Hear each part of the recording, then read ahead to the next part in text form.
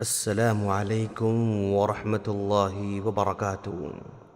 سامعین، آج کی اس محفل میں ہم آپ کے سامنے جنگ آزادی میں اہل حدیثوں کا کردار، اس کے تعلق سے کچھ باتیں بتانے جا رہے ہیں۔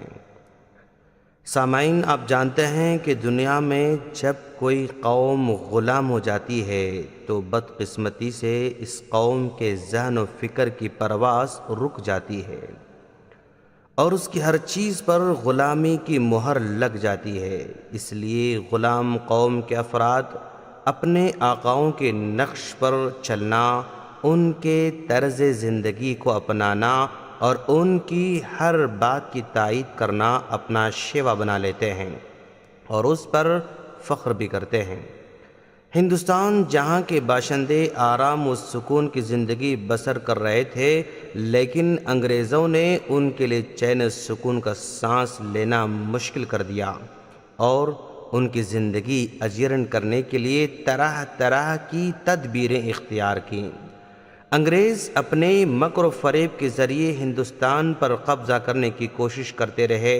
اورنگزیب کی وفات کے بعد ملک کے عوام خود آپس میں لڑنے لگے۔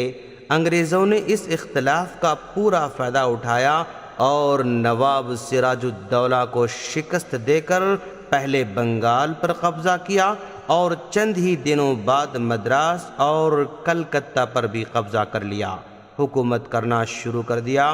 پھر دھیرے دھیرے پورے ہندوستان پر 1865 میں قبضہ کر لیا۔ اس لیے ہندوستانیوں کو اس سیاہ دن کو دیکھنے پر مجبور ہونا پڑا۔ ہندوستان کی تاریخ میں اہل حدیث کا وجود بہت ہی قدیم ہے۔ یہی وہ لوگ تھے جنہوں نے اس دور میں باطل کے مقابلے میں کھڑے ہو گئے۔ ہندوستان کا وہ انقلابی دور جو جنگ آزادی سے متصف ہے، تنگ نظری کی عینک اتار کر تمام حالات کا باریکی سے جائزہ لیا جائے تو صرف ایک جماعت نظر آئے گی جس نے خلوص اور نیک جذبے کے ساتھ انگریزی ظلم کے خلاف آزادی کا جھنڈا لہرایا اور پوری سرگرمی سے جنگ میں شریک رہی، اور بلا شک و شبہ وہ جماعت اہل حدیث نظر آئے گی۔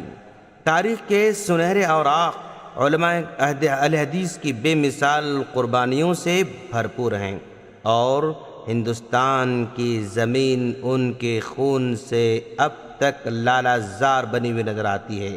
انہوں نے انگریز کی مخالفت میں اپنی جانیں قربان کی، پھانسیوں پر وہ لٹکائے گئے، کالا پانی بھیجے گئے، جیل کی سزائیں کاٹیں، ان کی جائیداد ضبط ہوئیں اور پہروں تک بھوکا پیاسا رکھ کر ان کو مسلسل پیٹا گیا۔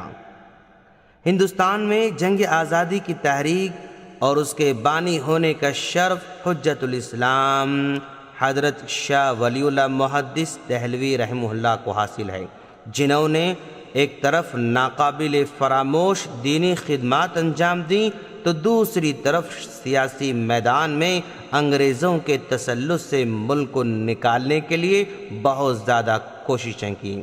انہی کے درس و تدریس کا یہ اثر تھا کہ شاہ عبدالعزیز محدث دہلوی نے انگریزی ظلم کے نیچے دبے ہوئے ہندوستانیوں کو جہاد کے لیے آمادہ کیا۔ حضرت مولانا شاہ ولی اللہ محدث دہلوی کی وفات کے بعد شاہ عبدالعزیز محدث دہلوی آپ کے جانشین مقرر ہوئے۔ اس وقت عمر صرف 17 سال تھی۔ یہ اعزاز آپ کو بیٹے ہونے کی بنا پر نہیں بلکہ قابلیت کی وجہ سے ملا۔ اس کا ثبوت آپ کی عظیم الشان خدمات ہیں۔ ہندوستان میں جب طوائف الملوکی کے نتیجے میں چاٹ گام سے لے کر دہلی تک انگریز کا طوطی بولنے لگا، داغدار وطن، میر صادق وغیرہ کی انگریزوں کے ساتھ خفیہ سازش کے نتیجے میں شہید ٹیپو سلطان کو شرف شہادت حاصل ہوئی۔ یہ مرد مجاہد 4 مئی 1791 کو جاں بحق ہوا۔ 1803 میں جب دہلی پر انگریز کا قبضہ ہو گیا، نازک حالات میں مسلمان مختلف الخیال ہو گئے۔ کوئی انگریز سے جہاد حریت کو ناجائز کہتا اور کوئی ناجائز کہتا، لیکن شاہ عبدالعزیز کی دور اندیشی نے انگریزی چال کو بھانپ لیا اور یہ فتویٰ صادر کیا کہ تمام محبان وطن کا فرض ہے کہ غیر ملکی طاقت سے اعلان جنگ کر کے اس کو ملک بدر کیے بغیر زندہ رہنا اپنے لیے حرام جانیں، اور ان کی منظم قیادت اور معتقدین میں سے وہ علماء اہل حدیث پیدا ہوئے جنہوں نے انگریز کی اینٹ سے اینٹ بجا دی اور ہندوستان آزادی سے شرف یاب ہوا۔ ان کے خون سے اب تک ہندوستان کے در و دیوار لالا رنگ نظر آتے ہیں۔ دراصل آزادی ہند علماء اہل حدیث کی مرہون منت ہے۔ سب سے پہلے تحریک کو لبیک کہنے والے حضرت مولانا عبدالحی شاہ عبدالعزیز کے بھانچے اور حضرت مولانا شاہ اسماعیل اور حضرت شاہ عبدالعزیز کے بھتیجے اور حضرت شاہ اسحاق شاہ عبدالعزیز کے نواسے تھے۔ شاہ عبدالعزیز رحمہ اللہ نے ہی مولانا شاہ عبدالحی صاحب کو شیخ الاسلام اور شاہ اسماعیل کو حجت الاسلام کا لقب عطا فرمایا تھا۔ تحریک شہیدین، جسے ہم تحریک اہل حدیث سے بھی موسوم کر سکتے ہیں، اس کے بارے میں بجا طور پر کہہ سکتے ہیں کہ ہندوستان میں سب سے پہلی اسلامی تحریک تھی جسے شاہ اسماعیل شہید اور سید احمد شہید نے برپا کیا تھا۔ یہ تحریک خاص کر انگریز کی حکومت کا خاتمہ کرنے اور ہندوستان میں خلافت علی منہاج النبوہ برپا کرنے کے لیے پیدا ہوئی تھی۔ اس تحریک نے سب سے پہلے ففروا الی اللہ کا نعرہ لگایا۔ یہ نعرہ کیا تھا؟ ایک بانگ درا تھا، جس نے سنا مدہوش ہو گیا، جس پر نظر پڑی وہ اسلام کا خادم بن گیا۔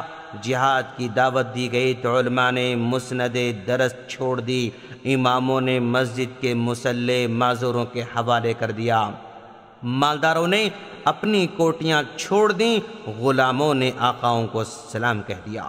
لیکن افسوس کہ شہیدین کی تحریک کامیابی کی اتنی منزلیں طے نہ کر پائی جتنی کی توقع تھی۔ نام نہاد مسلم افغان سرداروں کی غداری کی وجہ سے سانحہ بالا کوٹ پیش آ گیا اور اس راہ حق کے دونوں مجاہد جام شہادت نوش فرما گئے۔ 1857 کی تحریک آزادی میں بھی اہل حدیث عالم مولانا عنایت اللہ علی صادق پوری شریک تھے۔ انہوں نے تاریخ علاقہ سرحد میں محاذ قائم کر کے جنگ شروع کی تھی۔ مولانا جعفر صاحب تھانے سری کے ہنگامے میں چند ساتھیوں کو لے کر انگریزوں کے خلاف لڑنے کی غرض سے دہلی گئے تھے۔ نیز 1857 کے بعد سے 1947 تک ملک کی کوئی بھی سیاسی تحریک ایسی نہیں جس میں علماء اہل حدیث نے اور ان کے افراد نے حصہ نہ لیا ہو۔ ایک طویل فہرست ایسے علماء اہل حدیث کی ہے جن کا جنگ آزادی میں حصہ لینا ایک ناقابل انکار حقیقت ہے۔ شیخ الکل میاں نذیر حسین محدث دہلوی، جو علماء اہل حدیث کے سرتاج تھے، صرف اہل حدیث ہونے کی بنیاد پر انگریزی مقدمات کے لپیٹ میں آئے۔ ان کے مکان اور مسجدوں کی تلاشی لی گئی۔